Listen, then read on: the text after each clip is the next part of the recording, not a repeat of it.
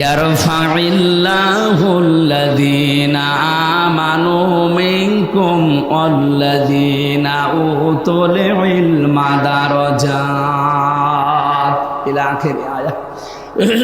না, কণ্ঠটা সমস্যা করছে।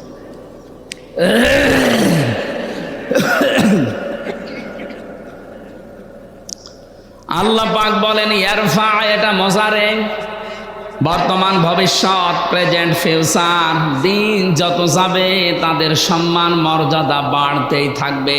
কাদের? তোমাদের ভেতরে যারা ঈমান আনবে, দুনিয়াতে যাদেরকে ইলম দেওয়া হবে, এই দুইটা গুণ যাদের আসবে তাদের দিনের পর দিন মর্যাদা বাড়বে। প্রশ্ন আসতে পারে, তামাম দুনিয়ায় 850 কোটির উপরে মানুষ, সম্মান মর্যাদা বৃদ্ধি হওয়া দূরের কথা, আমাদের অন্তত হালকা পাতলা যাদের ঈমান আছে তারা আরো মায়ের খাচ্ছি। কথা বলে না কেন? যদিও সুসংবাদ, কালকে সিরিয়া স্বাধীন হয়ে গেছে। আমরা চাচ্ছি আল্লাহ খুব তাড়াতাড়ি ফিলিস্তিনটাও তুমি স্বাধীন করে দাও। মুসলিমদের এই শক্তি যত বৃদ্ধি হবে, প্রতিবেশী নামে কলঙ্ক এই দাদারা তত ভয় পাবে।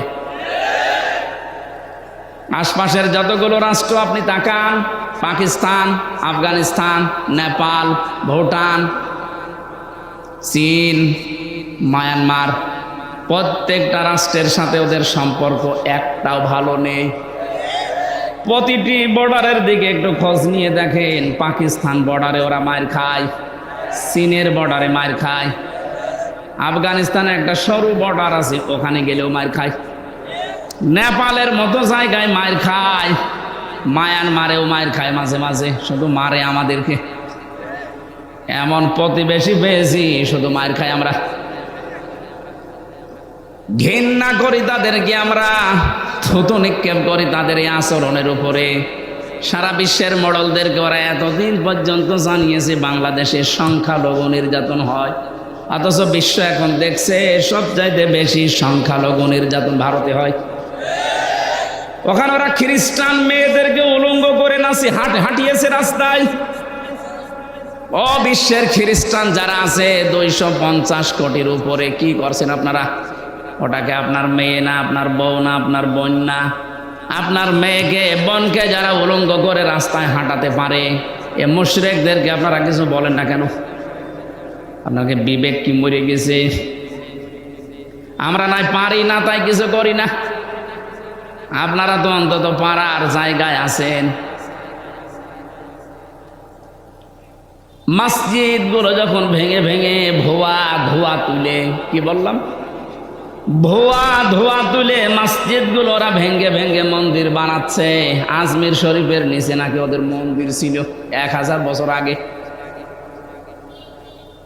আমরা যদি এখন তোলে যে ঢাকার স্বামীবাগের ইসকন মন্দির 500 বছর আগে এখানে মসজিদ ছিল, কেমন লাগবে আপনার? বলেন। ওদেশে আপনারা সংখ্যা গরু, এজন্য সংখ্যালঘু মুসলমানদের উপর অত্যাচার করেন।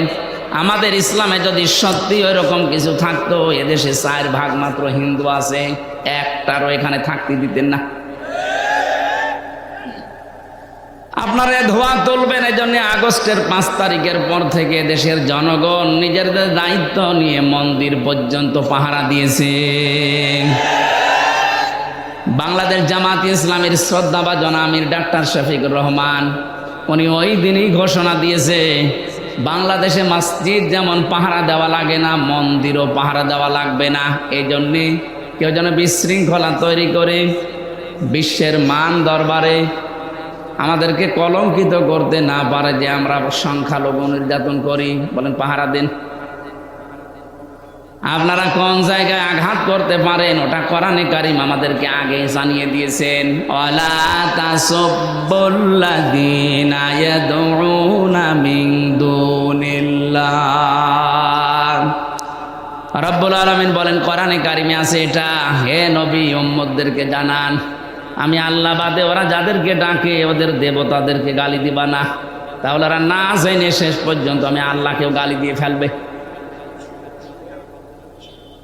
বাংলাদেশে মেজরিটি মাইনরিটি বলতে কিচ্ছু নেই, এটা হয়তো ভারতে থাকতে পারে, আমাদের দেশে এটা কথা বলে না কেন? আরো জোরে বলেন। আরে ভাই রেকর্ড হচ্ছে এটা, কালকে যদি পত্রিকায় যায়, আন্তর্জাতিক মিডিয়াতে আসে, সারা দুনিয়া এটা ছড়ানো লাগবে। ওরা মিথ্যাকে যদি বারবার ছড়িয়ে সত্য বলে চালিয়ে দিতে পারে, আমরা সত্যকে বারবার ছড়িয়ে কেন সত্য প্রমাণ করতে পারবো না? ওদের সাংবাদিক দেখেছেন কি, ময়ূর রঞ্জন না কি নাম জানো,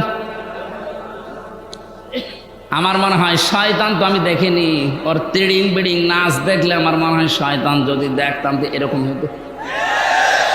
টাটকা নির্ভেজাল শয়তান, খালি বানানো কথা ছাড়া ওর মুখে কোনো কথা নেই।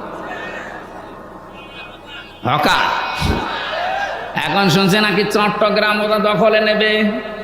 আরে ভাই আপনারা কি যৌতুক নেবেন নাকি? আর যৌতুক দেব কি করে? মেয়ে তো আমরা দেয়নি, মেয়ে তো পালিয়ে গেছে।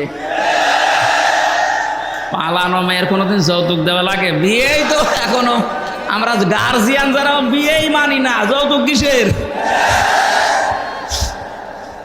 আর যৌতুক নেওয়া দেওয়া হারাম, মুসলমানরা হারাম কাজ করবে না, আর হারাম কাজ কেউ করতে আসলে তারে ছাড়বে না। চোখ তুলে তাকান, 7 সিস্টার থাকবে না। দাদারা ভয় পাচ্ছে, এমনি পাগল হয়ে গেছে ওরা। ডক্টর মোহাম্মদ ইউনূস শুধু একটু হাঁ করেছিল, যদি বাংলাদেশ শান্তিতে না থাকে 7 সিস্টার শান্ত থাকবে না। ওরা পাগল হয়ে গেছেন। কি গো, হ্যাঁ এতদিন বলেছি কি, আর এ কি বলছে? ওরা দুর্বিসন্ধি করে আমাদেরকে ভয় দেখাতে চিকিৎসা থেকে বঞ্চিত ঘোষণা দিয়েছিল। এখন এই 3 দিন দেখি কাঁদতেছে, না আপনারা আসেন, 40 ভাগ ছাড় দিলাম, যাব না। দরকারে পাকিস্তানে যাব, তুরস্কে যাব, চীন দেশে যাব,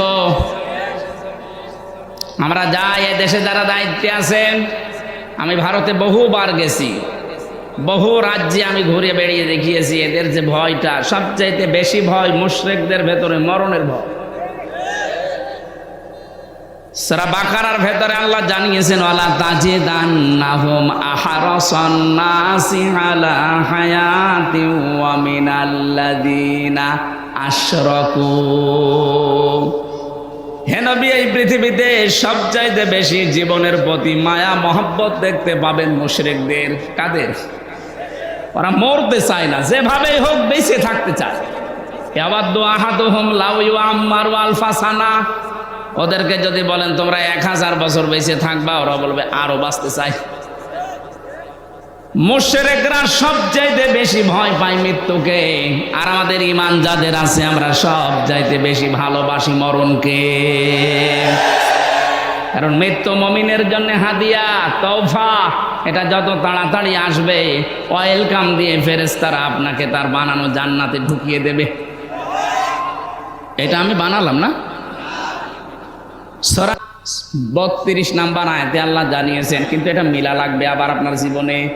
আল্লাযীনা তাতাওয়াফাহুমুল মালাইকাতু তাইয়্যিবিনা ইয়াকুলুনা সালামুন আলাইকুম উদখুলুল জান্নাতা বিমা কুনতুম তা'মালুন। বলেন আল্লাহু আকবার। আল্লাহ পাক বলেন, মরণের বিছানায় যখন মুমিন আছাড় খেয়ে পড়ে, ফেরেশতা পাঠিয়ে দেয়। 2 জন 4 জন 5 জন না, মালাইকা বহু বচন দিয়েছেন আল্লাহ। হাজার হাজার ফেরেশতা আসে তোর কাছে। আসার পরে যদি দেখে হ্যাঁ তোর জীবনটা তাজ্জিব পবিত্র ছিল, তাফসিরে মুফাসসির লিখেছেন তাজ্জিবি না মানে এটা পোশাক পবিত্র না, শরীরের পবিত্র না, এটা বিশ্বাসের পবিত্রতা। ওদের বিশ্বাসের ভেতরে শিরিক ঢোকানো, আর আমরা যা করি আমাদের বিশ্বাসের ভেতরে ঈমান ঢোকানো। কথা বলেন না কেন? যাদের বিশ্বাসে শিরিক আছে পাল্টাবেন। আপনার বিশ্বাস যদি পবিত্রতা অর্জন করতে পারে, যখনই বিছানায় মরণে আষাঢ় খেয়ে পড়বেন, ফেরেশতারা বলবে উদখুলুল জান্নাহ, প্রবেশ করেন। শুধু প্রবেশ করবেন না, সালাম শান্তির সাথে করেন। বিমা কুনতুম তা'মালুন, দুনিয়ায় যা করতেন সেইটার কারণে। ও বাংলার মুসলমানেরা, আমরা আহ্বান জানাবো, যারা দায়িত্বে আছেন খুব তাড়াতাড়ি পররাষ্ট্র নীতির কিছু নিয়ম নীতি আছে, প্রতিবেশী নামে কলঙ্ক, এই দাদাদের সাথে সব ব্যবসা বাণিজ্য সব কূটনৈতিক সম্পর্ক ছিন্ন করে দিন, কোনো দরকার নেই। এগুলো আপনি পাকিস্তানের সাথে আবার ফিরে যান, চীনের সাথে বাড়ান, তুরস্কর সাথে বাড়ান। মুসলিম দেশ এখনো 57টা আছে, গতকালকে আর একটা হয়েছে 58টা। এতগুলো দেশের সাথে সম্পর্ক থাকলে এরা এমনিতে চিন্তায় মরে যাবে। আজকে দেখেন না সকালবেলা সুর নরম হয়ে গেছে, বলছে আমরা যে সরকার আসে এখন দায়িত্বে, এই উপদেষ্টা মণ্ডলের যারা দায়িত্বে আছে এদের সাথে শক্তভাবে মিলে কাজ করতে চায়। কেন? এতদিন তো বলতেন এরা অবৈধ, ঠেলায় পড়িস, এক কথা বলে না কেন? ঠেলায় পড়লেও বাঘেও ধান খায়, ও ধান খাবে এবার। আমি যে কথা বলতে পর্যন্ত এসেছিলাম, সম্মান মর্যাদা যদি সত্যি আমরা ফিরে পেতে চাই, দিন যত যাবে বাড়তেই থাকবে। আপনার ইমানটাকে শিরিক মুক্ত করবেন, তাজ্জিবিনা মানে শিরিক মুক্ত ইমান। 2 নম্বরে ওয়াল্লাযীনা উতুল ইলমা দারাজাত, যাদেরকে আল্লাহ ইলম দিয়েছে তাদের মর্যাদা আল্লাহ বাড়াবে। প্রশ্ন আসতে পারে, দুনিয়ায় কত মানুষের তো ইলম ছিল মর্যাদা বাড়ে নাই। হ্যাঁ ঠিক আছে, আমি নাম নিয়ে বলছি, মাওলানা ফরিদউদ্দিন মাসুদ, মাওলানা রুহুল আমিন, এরা আলেম না? কথা বলে না কেন? এরা আলেম ছিল, এদেরও মর্যাদা মানুষ দিত, কিন্তু দেখেন শুধু পাল্টিয়ে গেছে। সময়টা একটু পাল্টানোর কারণে সারা বাংলাদেশে যেখানে যাবেন এই 2 জনের নাম বলেন, আলেম নামে মানুষ জালেম করে ঘৃণা করবে। এই ঘৃণাটা তৈরি করে দিল কে? আল্লামা সাইদি রহমতুল্লাহ আলাইহি, উনিও তো আলেম ছিলেন, উনি দুনিয়ায় নেই, তারপরও সারা পৃথিবীতে তার নামে দোয়া হচ্ছে। আর এমন আলেম ওনারা গেছে বাইতুল মোকাররমে জোর করে ইমামতি করার জন্য, জনগণ জুতা দিয়ে পিটিয়েছে। পরের দিন স্ট্যাটাস দিয়েছে যে জুতা মেরেছিল কিন্তু আমার গায়ে লাগেনি। আপনার কত অপমান হবে! এই যে দারাজাত বহু বচন দিয়েছেন আল্লাহ, কেন জানেন? কারণ দিন যত যাবে, জ্ঞানের উপরে যারা আমল করে তাদের মর্যাদা আল্লাহ তত বাড়াবে। যতটুকু জ্ঞান পেয়ে আমল করেছে আপনি তাকান, তাদের মর্যাদা আল্লাহ বাড়িয়ে দিয়েছে। আল্লামা জনায়েদ বাবুনগরী রহমতুল্লাহ আলাইহি, তার নাম শুনলে মানুষ এখন দোয়া করে। আল্লামা শাহ আহমেদ শফি রহমতুল্লাহ আলাইহি, তার নাম শুনলে মানুষ দোয়া করে। আর এরা জীবিত থাকতে দোয়া তো দূরের কথা, জুতা খায়। এখানে জ্ঞান অনুযায়ী আপনাকে কাজ করা লাগবে। জ্ঞানের বাইরে যদি কাজ করেন, হ্যাঁ হয়তো ভয়ে অথবা বিভিন্ন স্বার্থের কারণে মানুষ আপনাকে সম্মান দেবে, কিন্তু দিন যত যাবে আপনাকে আল্লাহ পচাবে। কথা বলেন না কেন? পৃথিবীতে সবচাইতে বেশি জ্ঞানের উপরে আমল করেছিল, কাজ করেছিল কারা? নবীরা। কারা? এবার নবীদের দিকে তাকান, সূরা ইয়াসিন 30 নম্বর আয়াত। ইয়া হাসরাতান আলাল ইবাদ মা ইয়াতিহিম মির রাসূলিন ইল্লা কানু বিহি ইস্তাহজিউন। আমার বান্দাদের জন্য আমার আফসোস, আমার আক্ষেপ হয়, এমন কোন নবী রাসূল দুনিয়ায় পাঠালাম না যার সাথে সমসাময়িক ব্যক্তিরা, সমসাময়িক শাসকরা জুলুম, অত্যাচার, নির্যাতন, ঠাট্টা, বিদ্রোহ, উপহাস করে নাই। এ কথা বলছে কে? আরো জোরে বলেন। নবীদের চরিত্র খারাপ ছিল, মানুষকে কষ্ট দিত। কেন? তাদের উপর অত্যাচার। একটাই কারণ, আমি প্রত্যেকটা নবীর জীবনে অন্তত যতগুলো কোরআনে পেয়েছি, পড়ে দেখেছি, প্রতিটি নবীর জীবনে একই অবস্থা, কারণ তারা জ্ঞানের উপরে আমল করত।